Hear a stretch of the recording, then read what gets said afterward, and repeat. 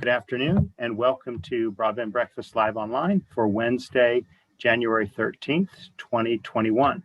My name is Drew Clark. I'm editor and publisher of Broadband Breakfast and excited to welcome you for this special, we're calling it an online town hall to discuss Section 230 and the implications of some of the actions we've seen in the last 7 days exactly. In fact, when we concluded our last Broadband Breakfast Live Online in last Wednesday, what we're about to talk about had not yet at least been fully realized. That is to say, the occupation, the violent insurrection, whatever words are most appropriate to call what happened on the Capitol 7 days ago.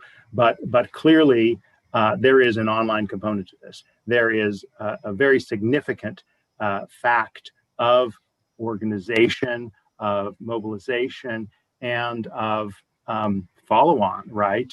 In fact, later that day, we saw Twitter temporarily suspend the account of Donald Trump for 12 hours, and it was reinstated, and then just 48 hours later, it was permanently suspended, and that's where the situation stands right now. And of course, other platforms have followed suit. Facebook banned Donald Trump for at least 2 weeks from then until the inauguration. Just last night, YouTube took down and blocked the ability for Donald Trump to put more videos on his site, and they've cited a number of reasons, and we want to get into those. So that's just the first aspect and most surface aspect. The other fact that we want to talk about with our great group of panelists, and we will open it up to all of you who are with us here, is the issues that are associated with Section 230, right? The particular issues that have been raised in the popular mind by President Trump and by his supporters around what kind of protection or immunity or liability freedom guidance it provides to tech platforms. And also, we can't ignore the role that the power of these companies, the platforms, have. I noted in the information for this session that it's almost as if Twitter's decision to permanently suspend President Trump may be the most powerful step taken to bring about the end of his power as president, insofar as he has lost a very significant means for communicating with his audience. Clearly, he has access to all of the traditional powers of the presidency, but there's something about social media that has that we've experienced over these past 4 years and more that really does showcase the significance of this this matter. So with that, I'm going to open it back up to our group here. We have 5 panelists who are in some good position to speak about this set of issues, the issues around social media, the divisiveness that it seems to have stoked or created around Section 230, what it means and will mean for platforms, and any market power that's associated with it. Let me just mention the names and titles of each of our people here in our online town hall. Of course, all of you are here too, and we do invite you to send comments through the chat, and no later than half past, we want to be able to offer you the opportunity to weigh in if you'd like to. So first up, we're going to have Kathy Gellis, who is an attorney specializing in internet intermediary issues. She'll go first. Then we will have Rob Pegoraro, who is a journalist, a tech journalist I've known for many years. Rob's great at understanding and communicating on these issues.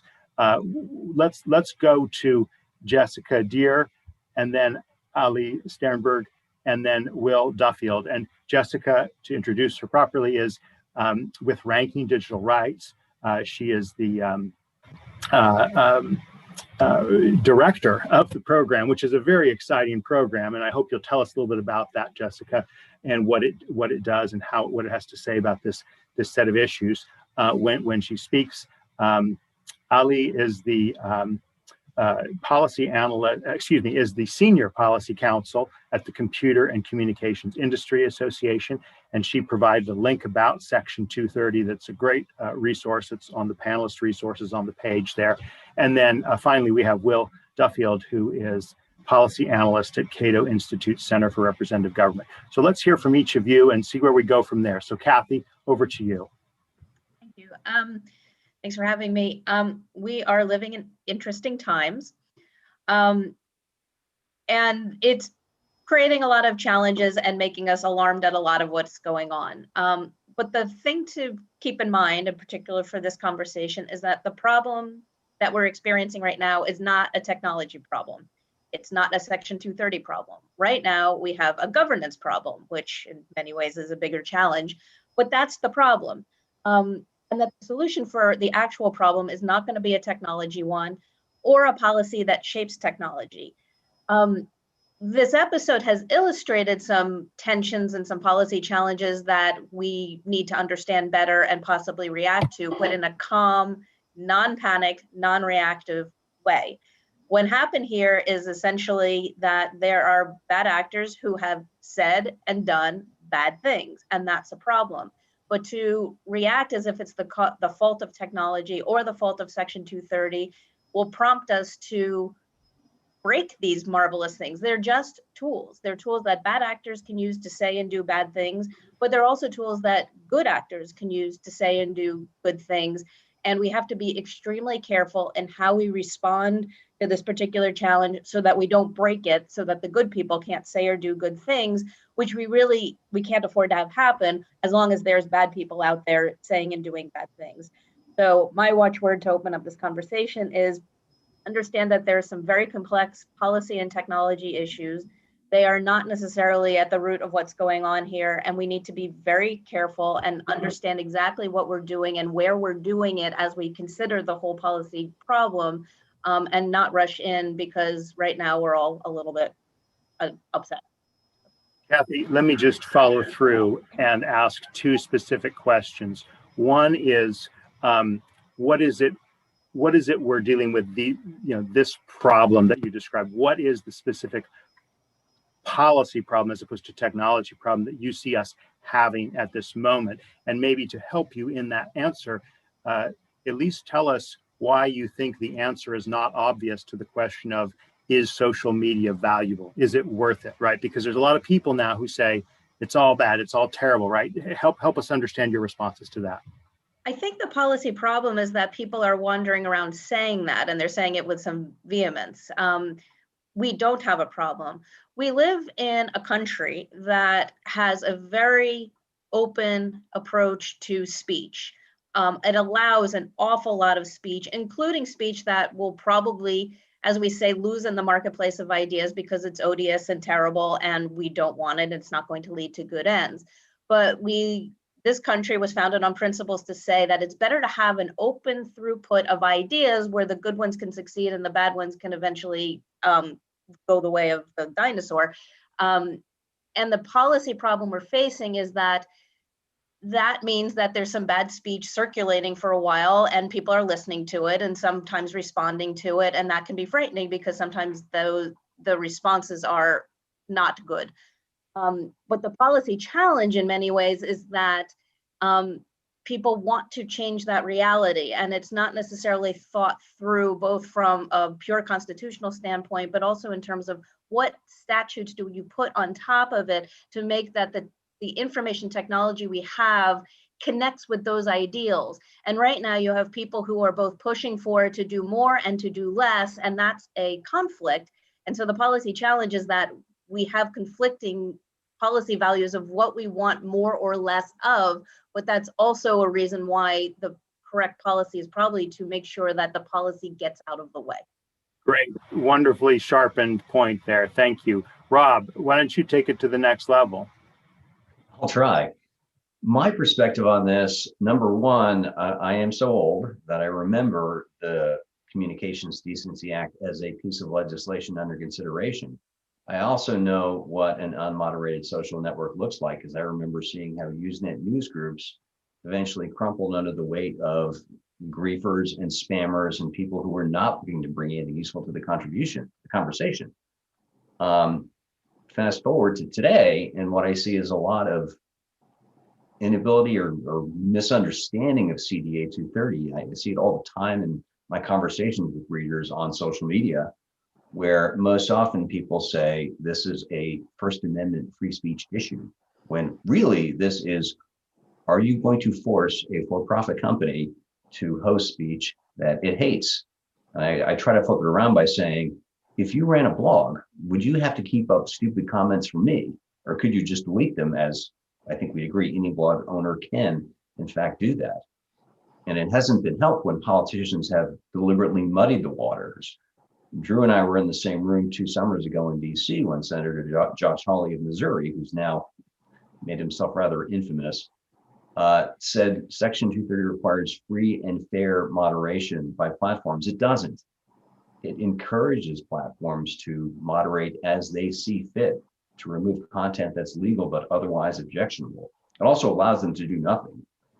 Parler, I keep wanting to say parlay because of my remaining fluency in French, they're within CDA 230 rights if they just leave a lot of toxic stuff up. The problem is nobody wants to do business with them. And that brings us to a more interesting conversation we're having now, which is, as you go further down the stack, do your rights to communicate get affected when a company says you can't use our CDN that is otherwise open for anybody to use? You can't use, should Cloudflare's protection against distributed denial of service attacks be open to anybody? Should you have a right to an IP address? That's all a separate conversation, and I'm sure we're not going to get anywhere with it right now, where we have this very emotional argument over is it okay for all the social platforms in the world to kick the president of the United States off? Yeah, well, let's get more views in, okay? I want to follow up more on the Cloudflare issue and others, but I know others will have things to say on that too. So Jessica, why don't you tell us a little bit about your perspective on what Ranking Digital Rights is and how you've approached looking at free speech issues in the social media context. You're on mute right now, so I can unmute you. There we go. Great. There, I unmuted myself. I seem to never have the button in the right place at the right time. So thank you, Drew. So I'm the director of Ranking Digital Rights, and we're an independent research program that's based at the think tank New America. And we work with a global network of experts to sort of set standards for how tech and telecom companies should demonstrate their respect for human rights, and particularly freedom of expression and privacy. We publish an annual index that is called the Ranking Digital Rights Corporate Accountability Index, where we evaluate what we think of as the world's most powerful digital platforms and telecommunications companies, according to a very robust set of indicators in categories of governance, which has already been brought up here, free expression and privacy. And we score the companies and we evaluate on their disclosures. So because companies are often very opaque about their practices, we evaluate on public disclosures that these companies make. What are they saying that they do? And then we also evaluate on some of the mechanisms that they say that they have in place to actually gauge whether or not they're doing what they say. But there's always a gap between sort of looking at their policies and practices. The last thing I'll say sort of in telling you what we do, it's very complicated and there's a lot more that I could say, but we have our next index is coming out on February 24th. It'll be the 5th index that we've produced. And one of the things that we're able to see, because we do this relatively more or less annually, is sort of what the progress is over time. None of the companies do particularly well. If we were looking at a grading level, pretty much they always fail, but that doesn't mean that there's progress. So we're concerned with corporate power in sort of the public sphere, and the fact that companies like Facebook, Google, Twitter, excuse me, Amazon, and others can take these very unilateral decisions, and they do not have to sort of explain their processes or be particularly transparent about how they do things, and they don't necessarily have to be consistent. So I would sort of say that what we aim for in terms of the social media discussion is consistency in content moderation, in the practices of these companies, as well as sort of transparency in talking about what they do. Some of the things that we ask companies through our methodology is, for example, does the company commit to respecting human rights? Is there board level oversight of that? What can users do or not do with company services in terms of the content and speech rules? How are those rules enforced, and what remedies do users have for actually contesting the enforcement? And so we look at a very sort of granular range of different things. We also look at whether or not companies publish transparency reports. We look at their privacy policies and a bunch of different aspects there as well. I tend to agree with Kathy that this is not a social media problem. I feel like if we're talking about a marketplace of ideas, there's been a lot of collusion in the marketplace lately to make sure that some ideas are sort of not able to get out there. And while acknowledging the problem, I think one of the things that I think about Section 230 is it's been around for a very long time, and we have a pretty successful internet as a result of it. And that it doesn't seem that it would serve us very well to compromise or amend 230 to actually address content moderation and ideas of fairness or other sorts of things. However, when 230 was drafted, we did not have sort of the surveillance capitalist business model and targeted advertising that I think is actually contributing a lot to the amplification of what Susan Benesch calls dangerous speech and other sorts of harmful content on the platforms. This is something that, policy needs to be developed around. And in our report last year, we did a series of 2 reports that we call It's the Business Model reports. We really recommend not looking at the downstream effects of speech or content as sort of the place where intervention needs to take place. But what we really ought to be doing is looking at targeted advertising business models and the vast amounts of data collection and processing that go into them, that do things like make sure that people can pay to target speech to certain groups of people. And this is kind of what I mean by collusion in the marketplace. Jessica, do you have any specific concerns about what you've seen over the past week by these major companies, platforms? I mean, not that you've necessarily analyzed in depth, but if you have, what kind of reaction do you bring to, Twitter saying, okay, no more Donald Trump, or Amazon saying AWS is not going to allow, Parler to be on its services? What kind of reaction or method would you use for giving a reaction to these moves? Sure. I mean, I think at first I'm incredibly concerned. And then my second thought is, and I lived and worked and advocated for digital rights in the Middle East for 12 years, is that I think one premise that needs to be we need to disabuse ourselves of the notion that this is the first time that this has ever happened. It happens in international spaces with governments in other countries quite a lot. Apps and other sorts of content have been deplatformed, in response to sort of shady government demands. And so it's really instructive to know that this has been happening. It just hasn't happened in the US to such a degree, and we should also take that into context, because whatever rules or whatever sorts of governance mechanisms we introduce need to work globally, because these platforms also work globally, which is one of the reasons why we take a human rights approach to things. And the concerns. I mean, we're ultimately concerned with platform power, and I think one of the things that disturbs me about these really rapid decisions is that these have been conversations that have been going on for years, and these decisions were all made in response to the storming of the Capitol, but that there are things that could have been done on a more interim basis with more due diligence. We recommend human rights impact assessments for companies if they're going to make big decisions or introduce new services or go into new markets. And so we should apply some of that thinking here. And so for us, and it really feels to some degree like a sort of in line with a lot of what we see in terms of policy responses or public responses to sort of policy pressure by these companies, that there's a PR element to it, even if the outcome is something that some of us might personally want. So I think what I'm saying is the evaluation and the analysis wasn't done by the company on what are the social risks to taking these actions, particularly to deplatforming and to removing Parler from AWS.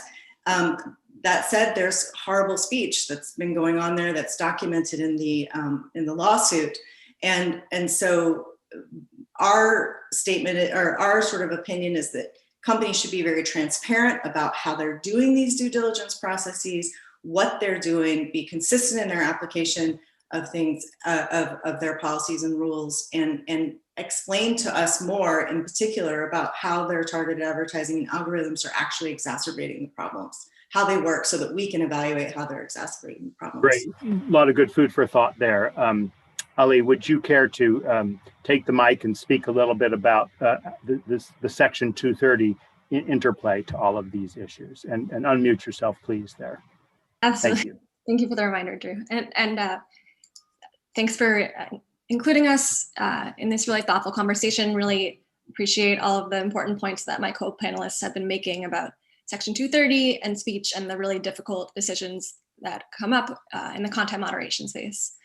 So to focus on Section 230, I would argue that as an op-ed in Protocol wrote last week, Section 230 continues to be as important as ever. And I think the events of last week have shown that digital services need discretion to be able to act swiftly and enforce their terms of service when bad actors are inciting unrest or when there's unlawful content, including from the President of the United States.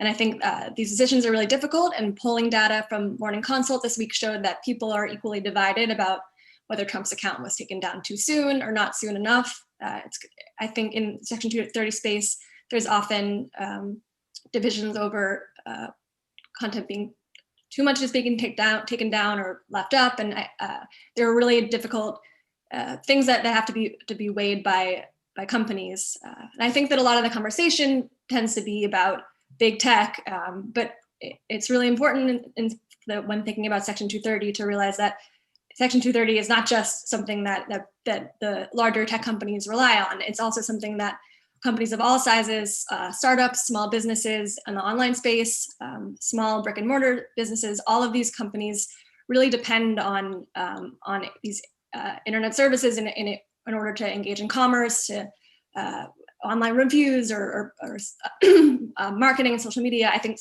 these are tools that are really valuable to all different types of businesses and all of the users that depend on them, especially right now during a pandemic. And I think that, as Drew noted at the beginning, the President of the United States has other ways of communicating with the public via the press, via TV, so many other tools besides just Twitter. But a lot of marginalized voices and underrepresented viewpoints do not. And so I think, as Senator Wyden, who is one of the authors of 230, reminded people over the summer, social media is, as a direct result of Section 230, has been a huge megaphone for people who want to challenge those in power, and it protects the ability of activists and movements like Black Lives Matter and Me Too to be able to shed light on abuses of power without platforms taking them down for fear of being sued. And so, as Wyden also notes a lot, Section 230 is both a sword and a shield, and it provides the legal shield about the intermediary liability that a lot of people talk about, but it's also the sword that allows companies to enforce their terms of service and make these decisions without being held liable for third-party user speech. So I think that it's going to be really important to educate policymakers and staff and journalists and members of the public who are often writing op-eds that are not always as informed about Section 230 and free speech and the First Amendment, that of all of the impacts that any changes to Section 230 would have on a wide variety of stakeholders, not just like 3 companies. So really appreciate the opportunity to participate today. Sure, and we'll certainly want to get other people's takes on this question. I'm about to ask you, Ali, but like, can you say, or if you were to compare free speech and the protections of the First Amendment, including New York Times v. Sullivan, of course, which was actually an advertisement in the New York Times that was protected speech, where would we be without 230, right? I mean, like, could you just capture the case crisply for why 230 is so important if the First Amendment protects the so-called, user-generated content in this domain?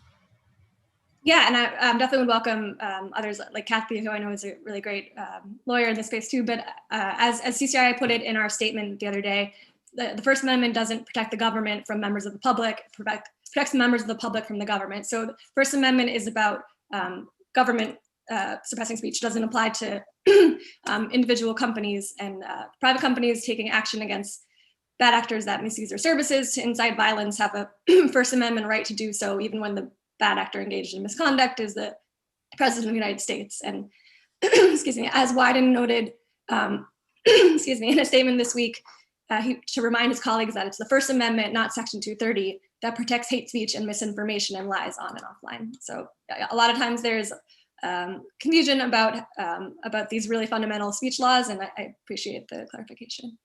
All right. Well, let's get Will to weigh in, and then we'll open it up to those who would like to ask a question. Feel free to indicate in the chat message if you want to ask a question or ask it in chat, and we'll address it.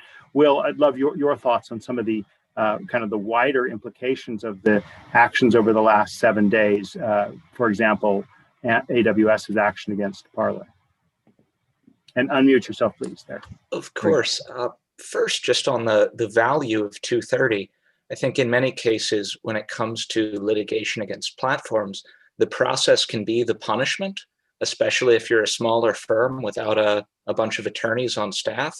And so by providing that separate liability shield, Section 230 prevents really anti-competitive or malicious lawsuits from just dragging small firms through a legal ringer over their decisions to host particular sorts of content. First on edge providers, I think Wednesday really demonstrated some of the limits of mainstream moderation as a solve for extremism. I was struck by how many of those we saw often live streaming themselves wandering the Capitol using alternative sites had previously been banned from mainstream social media. Now, it might have limited their reach, but it didn't make them go away entirely, and it may have made us or law enforcement less aware of what they were up to.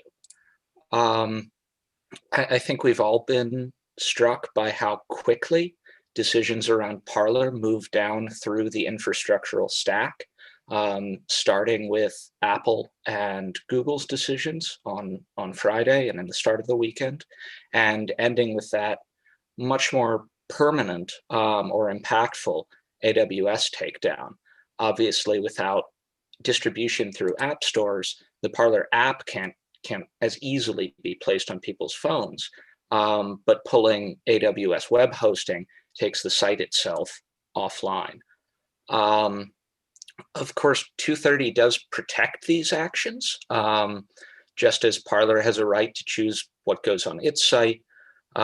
These app stores have a right to determine what sort of apps they traffic in, and AWS can choose who it offers web hosting services to.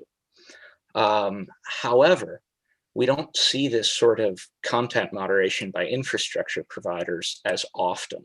There are fewer analogs here, and so it feels like uncharted territory. Back in 2010, WikiLeaks was fairly effectively deplatformed all the way down to the DNS level before leaving the United States. And just last year, the year before, in response to the Tree of Life synagogue shooting, then Gab, kind of similar to Parler, alternative to Twitter, which had been used by the shooter to announce that he was about to carry out this violent attack, was also systemically deplatformed throughout the infrastructure stack, ending up with a sort of alternative web host and DNS provider called Epic. While most infrastructure providers don't endorse a particular point of view, Epic has often served as a host or registrar of last resort for sites unwanted elsewhere. And Parler may end up there. They've moved their domain registration to Epic. So just as much as we're seeing concerns right now about how CDA 230 allows app stores and allows AWS to remove these sites, that conversation may shift in short order to concerns about how Section 230 allows Epic or prevents Epic from being held liable for the content that it may host from Parler and from Gab.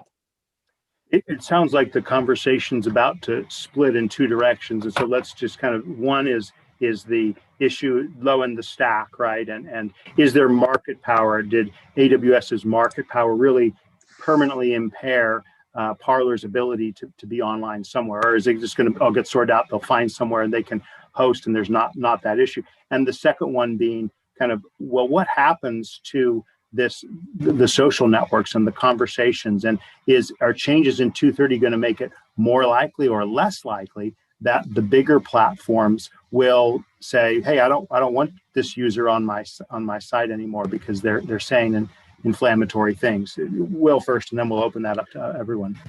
Well, I think even without changes to 230, this reshapes the expectations that attend even those lower stack functions. Over the weekend, we saw AR15.com, a longstanding gun forum, dropped by GoDaddy, its domain registrar. And while it may have some far-right content, extremist sentiments, for the most part, it's a hobbyist forum, people nerding out about guns. But AWS's actions have created a new set of expectations that have so concerned GoDaddy that they've now pushed AR15.com to find a new host. So this politicization happens even absent some change to 230, but really I think as a result of the possibility opened up or revealed by this action on the part of AWS and others. Who else would like to address that on that panel? I mean, in a way, you can clearly see the line from, quote, cancel culture, right? I mean, there's been that meme or that idea going on. I mean, what Will has just highlighted is kind of a perfect example of cancel culture in a way, but maybe not. Do you disagree, any of you? I think one good way to look at this is, are there areas where a company has an unnatural amount of power, and how can that get exploited later on? So App Store is an interesting question. In Android, you can always install an app directly from the developer's site. You've got to change the security setting. It's not a good idea on security grounds, but you can do it. You can't do that on Apple, and that has been exploited by governments, both in China, but in here. The Trump administration was going to compel Apple to kick TikTok and WeChat out of its app stores, and you would have no way, unless you get into a developer testing program, to put those apps back on your phones. So you could say that is too much. You could say it is problematic that Facebook has control over so many people's social activity because it's not just Facebook, it's Instagram. But in that case, I would say the answer is not to ditch CDA 230, which, I mean, Joe Biden's interview with the New York Times editorial board last summer, he seemed to be saying, Facebook is creepy, so let's get rid of CDA 230. That's not smart policymaking. You could maybe say, let's look at these particular excesses of corporate power. Is there a way to do something about that instead of destroy the ability of a social startup to compete with these incumbents that we all think are gross? I want to add to that a little bit. I don't disagree with anything Rob says. I want to come at it a little bit from a framing issue. That what my watchwords in the beginning is, this is complex and it's all getting blurred together. There's a lot of things going on.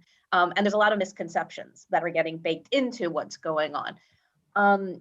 So one thing to tease out is that, and I think that's our job. Our job is to tease out the different issues so that they can be looked at and understood separately. And then you can start thinking about, well, what if anything, do we need to do differently? So that's the first point. A second point is that there's a difference between the social value of what we would want to have happen in greater or lesser amounts versus what is appropriate for the government to force to have happen in greater or lesser amounts. And I think we have to separate the conversation there too. It's good to have the chat about, is it a good thing or a bad thing that, never mind market power, take that out of the question. Is it a good thing or a bad thing that Twitter terminated Trump and that AWS terminated Parler? There's a very juicy conversation to be had there, but that's not the same conversation as should the government do something that forced the decision one way or another. That is a very different conversation. That is a policy question. That is a constitutional question. And the answer to one could be, it's bad. I mean, hypothetically, I'm not necessarily staking this position that it's bad that Twitter turned off Trump and AWS kicked off Parler, but it's a separate thing to say that doesn't mean it's good that the government should be able to countermand that decision. So that's a point number two, the reframing of which conversation are we actually happening. And a third point to mention is it's not 230's fault. Chances are, whatever we're worried about, wherever we're talking about, somebody's going to say, but 230. It's not 230. The one thing, and the reason that 230 keeps getting dragged up is it is a very interesting piece of law that behaves differently than most pieces of law. And as a result, it's actually implemented some really effective policy that's allowed the internet to exist as a communications tool. So every time we get upset about the internet as a communications tool, we tend to get upset at 230. That's not it. It's not its fault. It's not causing it. It's a very sort of unusual law in that it's inverted. We're used to most laws saying thou shalt not, and here's a punishment if you do. Whereas Section 230 is structured as we would like to have more of the good stuff and less of the bad stuff, and we're going to incentivize you platforms who would have the First Amendment right anyway to make these decisions, to make them in that sort of way with those values. Right. So we're going to insulate you. From a carrot-based law, not a stick-based law. Well, from a policy perspective, I think some of the reaction may come from the fact that 230 seems too good to be true. It's kind of like a heads I win, tails you lose scenario, right? I can take bad things down. I can keep bad things up, right? I mean, doesn't it give like maximal flexibility? Yes. Well, first of all, just to close out that first point, when we're upset about the internet, getting upset at the one law that allows the internet to reasonably exist. I mean, yeah, if you hated the internet, go kill Section 230. That is going to take down your internet. But I don't think that's that's necessarily what everybody who says they want to get rid of 230 wants to really have happen. Well, yeah, that's an interesting characterization. Heads I win, tails I lose. But the thing is, Tails you lose. Tails you lose. You said it better. That's okay. It's not a bad thing. For one thing, and I think Rob pointed it out earlier, Ollie too, it doesn't just protect big companies. We get very fixated on it's all Twitter, it's all Facebook. No, it's not. It's the blogger too. The blogger who takes comments on their blog is equally protected. Arguably, it even protects people who retweet things. You don't want to get in trouble for the thing you retweeted, that you didn't create it. It's much more universal and much more powerful. And it's important to remember that it has that power, because if you change it, you are going to have ripple effects that you haven't necessarily anticipated. But it isn't a bad thing. If the policy is the most good stuff and the least bad stuff, you're never going to reach optimum amounts of either, partly because we're never going to all agree on what the optimum amount of either good speech or bad speech is, but you're going to get the closest. It's kind of logarithmic, where it can kind of like go down the curve. It's never going to intersect with the axis, but it's going to get you as close as you can. And that's okay, because as Will also pointed out, and I've written posts about, it's not a substantive law. It's a rule of civil procedure. All it does is kind of like shield platforms from being depleted by lawsuits for something that they were allowed to do anyway. And it's really weird that everybody's taking issue of something that's really mechanical and not substantive. They're just looking at it as being substantive because the impact of it working so well is we get to have an internet with all these crazy things getting said and done. It's an obvious first thing to point out. Jessica, I know you've wanted to say something for a while. Go ahead. Sure. I mean, I think I really like the way Kathy explains 230. It's very clear, and I think in one of her previous panels, there was some discussion about, you know, it's the one good law that we have for the internet. And I think what I would say is that that's because, and I agree, but there's been such a laissez-faire approach to regulation on the internet. It's kind of stunning that the one sort of thing that has sort of created the internet is the thing. I guess what I'm saying is the reason why it gets all the juice is because what other laws do we have that are sort of looking at internet regulation? And while it is an incentive base, you know, let's have as much good stuff and as little bad stuff. For me, the opportunities come in defining what is that bad stuff, and then figuring out what is the appropriate legislation or regulation or approaches to deal with the bad stuff, and not to touch Section 230, for example. And so, you know, the fundamental question for me is always, what are we aiming for? I think one of the problems with the whole debate around 230 is that some people talk about it sort of aiming to eradicate all bad content from the internet. We all know that's an impossibility. It gets used as sort of a political football. And it's able to be used, in my opinion, as a political football, because what we're dealing with here, some people say it's the private, you know, these are private corporations and they have these rights, which is true. And then it gets interpreted that what these platforms are hosting is the public sphere. So we have this like blur between what is private and what is public. And we sort of shift how we decide what we want and how we interpret it based on whether or not we're talking from a private perspective or from a public perspective. And in my opinion, what we're trying to do at Ranking Digital Rights with our methodology is set standards for what would be acceptable in a hybrid sort of situation, which is what we have. We have private platforms who are providing the public sphere, never more than now during COVID. And so we need kind of a new set of standards that doesn't just fall into that one bucket or the other. We're also talking about global platforms. And so we need to think about the way in which we can sort of make it acceptable, you know, make standards that actually encourage, again, more of the good stuff, less of the bad stuff, by the companies taking the responsibility for their own governance, being transparent and being accountable. And, you know, while we don't get to vote for who leads the companies, we don't get representation in those companies, there has to be sort of an intermediary, which would be government, civil society, investors, and others who come in and say, well, but we want you to behave this way. And so we're not focusing enough on that piece, and we're focusing too much on this, you know, these 26 words and making that the focal point, which for us feels completely like a head fake, a distraction, compared to what it is that we actually need.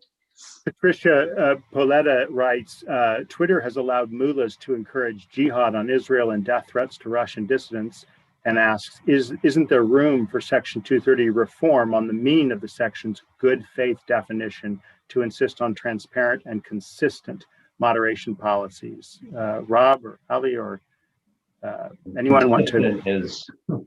Is a good word to bring up. You can definitely argue that Twitter has not been at all consistent. When you look at their justification for finally kicking Trump off, it's got some of this strained reasoning you might see in the Supreme Court decision that's really trying to make the law fit a hard case, when if they applied the rules as they were in effect years ago, they could have said, well, he's a political candidate, but you still can't say that Muslim people are terrible and we can't let anyone in the country, you're out. And you get into weird cases when you decide that there's a world leader exemption. So you or I can't say this entire class of people should be put to death, but world leaders, people who are in a position to make these bad things happen, can say those things. But I'm not sure what the right rule would be there.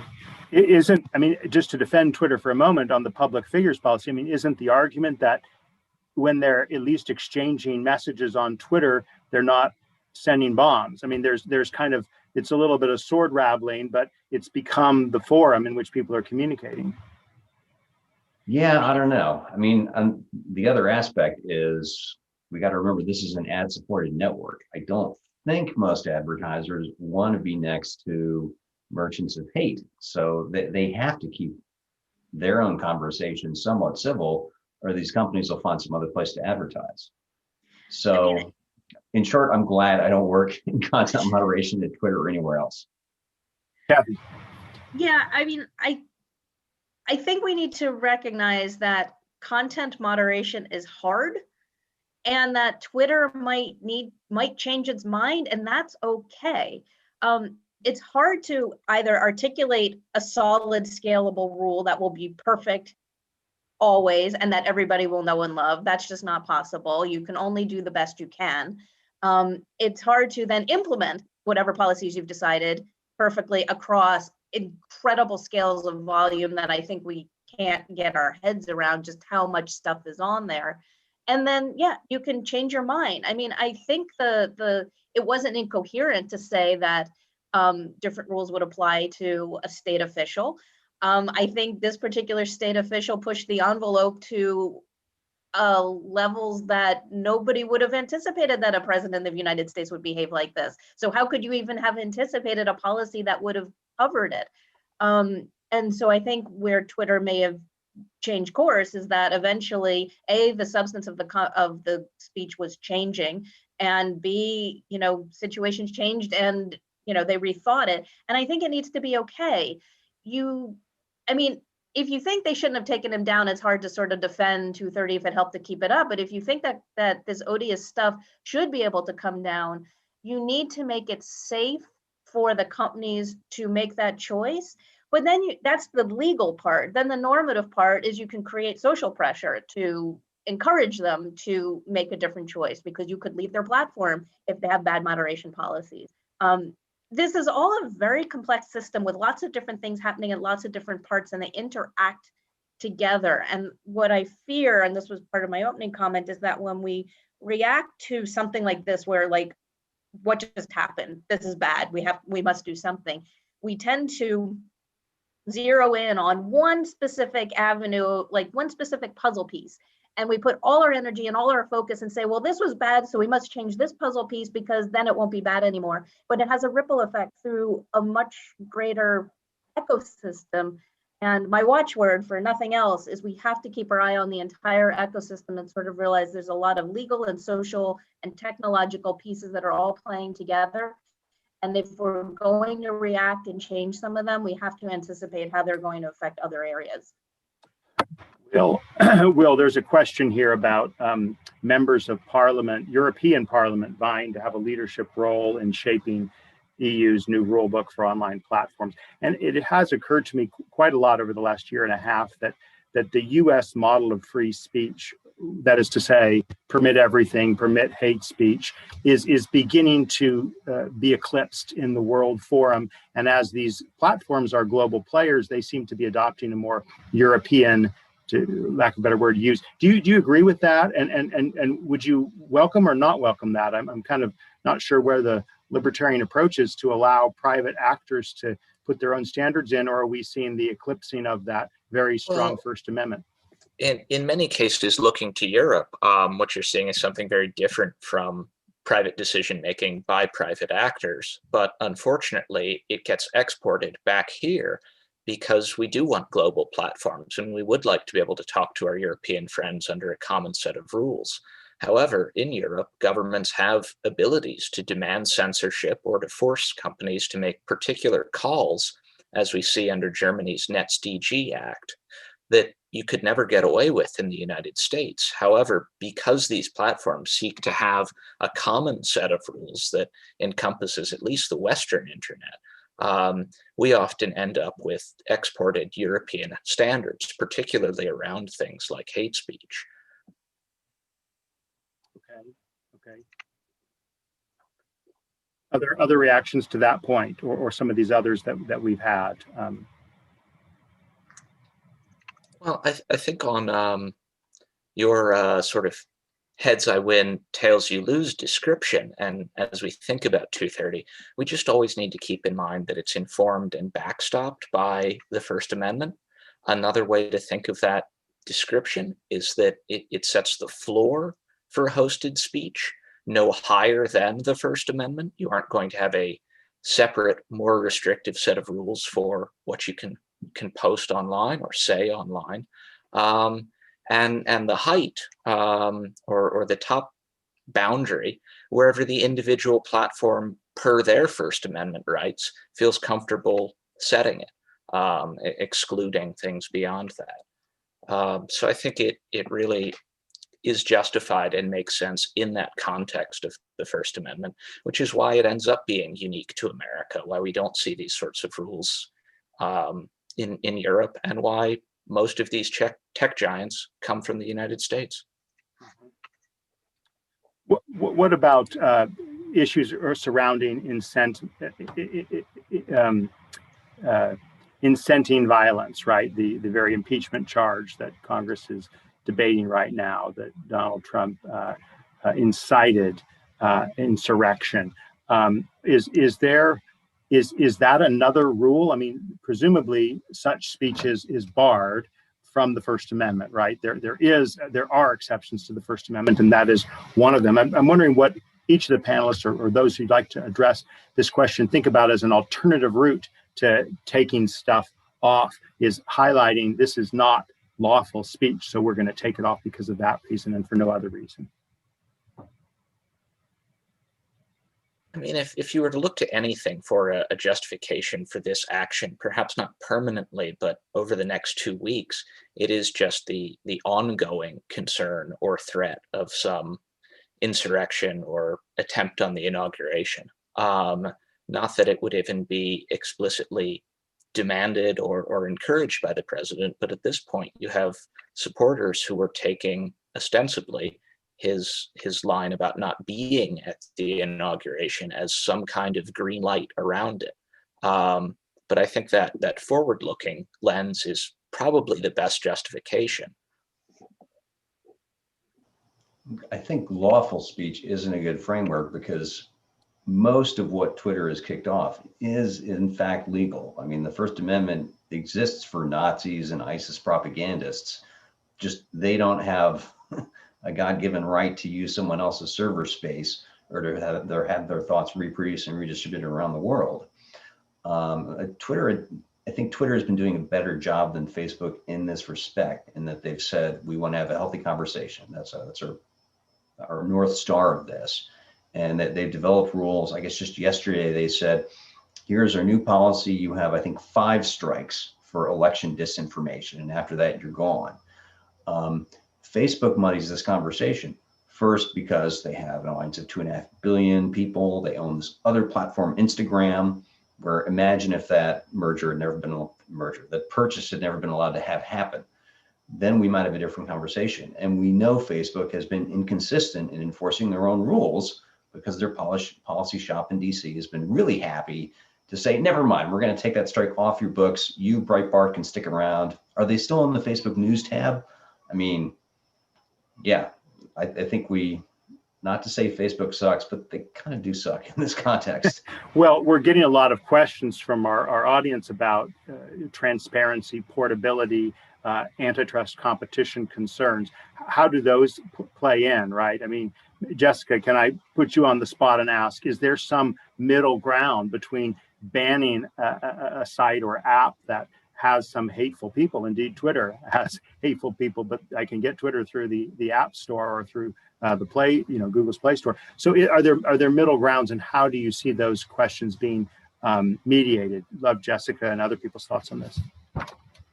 Sorry, if there's is there a middle ground? Is there a difference, I guess I should say, between disallowing a Parler app or Parler's website to be live versus particular content on the Parler app or Parler site? I mean, I'm not a user of Parler. I've never been on it. I do think, and I guess one of the questions that I have in terms of Amazon's deplatforming of Parler is this necessary? Is it necessary to remove the entire app, and is it a proportionate response to what was happening on the app? I've looked briefly at the lawsuit and seen, really, the horrible messages that are, very clearly sort of let's go kill these legislators, whether they're real or not. But I've grown up in a world where you don't say things like that at airports or on telephones or whatever, because you always assume that people are listening to you. And my understanding of 230 is that it does not intersect at all with federal criminal law. And I wonder if those are criminal acts that could be prosecuted in some other way. And basically whether or not there were other avenues for Amazon to call out this speech, to come down on it, that does not risk pushing people, as Will was talking about, kind of underground and out of view, and also exacerbating the situation, which is where I think some due diligence needs to be done. And what I think Kathy was referring to earlier is knowing, I think she was talking about policy and being able to anticipate what the policy effects are. But, we need to be able to anticipate what companies' actions and policies also are going to mean more broadly. So, that was sort of one of the questions that I have, again, drawing on a lot of international experience and seeing this happen to people who are opposition activists, working for democracy, countering authoritarian regimes. It's really hard not to sort of apply, as an honest, trying to be an intellectually honest thinker, to apply the sort of same reasoning and rationale. We would never advocate for false news laws. They're already on the books in many Arab countries, for example. They are decried as being one of the worst attacks on free expression. And so, I think, again, my aim is really like, what are the global standards? What are the user-centered standards? And where is the transparency and accountability for the platforms? Well, a lot. We've talked about a lot, and unfortunately, our time's coming to an end. I think we've got about 30 seconds for every one of you to say something briefly about it. Maybe what you would think of as the key question to address. If the question is not Section 230, good or bad, but what is the key question to address that policymakers need to keep in mind going forward into the Biden administration in this area of speech and platforms and their use? Let's just go in the same order we started. Kathy, Rob, Jessica, Ali, Will. My watchword, I think, is don't break it. There is the rule of fences, which is if you come across a field and you don't know what the fence is doing there, don't just knock it down because maybe the tiger on the other side of it just happened to be out of view. Unless you know exactly what you're doing and exactly what you're changing, leave it alone. Understand your problems, understand the challenges, understand everything that's informing it. And only then can you think about, do we need to do something differently than what we're doing right now? Thank you. Excellent. Rob. If I know there are a lot of concerns people have about the influence and the reach of the giant technology companies, CDA 230 is not the tool you want to pick up for that. Let's talk about antitrust regulation. Let's talk about privacy regulation that will maybe break up this targeted advertising model. Wrecking the entire social media ecosystem is not going to solve the problem you're trying to solve here. I'm going to violate the rules of conclusions and introduce something new, which is simply that, I didn't talk enough about targeted advertising and the amplification that these platforms have enabled, and not just targeted advertising, but also their algorithmic systems that shape content and decide what it is that you can see based on what it is that they think they know about you. And I think for us to have any sort of progress in figuring out all the questions and issues that we're talking about, we have to look with much more scrutiny at these business models and the algorithms that are actually creating the realities that we think we see. And again, and that doesn't include scrapping 230. It's additive, not a cancel. Very good. Ali. Thanks. I think my co-panelists have made some really great points already. I would just reiterate that I think Senator Shata tweeted that people should have policymakers should read Section 230 before they try to talk about changing it. So I think that education is going to continue to be really important in this space. because trying to change 230 to go after a handful of companies would have a huge impact on the entire internet ecosystem and the users and businesses that depend on it. Great. Will, you have the last word. I think our question should be, what kind of infrastructure do we want to have? Pushing disfavored speakers off mainstream infrastructure isn't a static endpoint, but will spur the creation of alternative, perhaps more decentralized infrastructural options. And for good or ill, no single actor will be able to remove speakers from that. Well, wonderful. We want to thank everyone on the panel who participated in this online town hall, as well as each of you who attended and are watching on any of these platforms.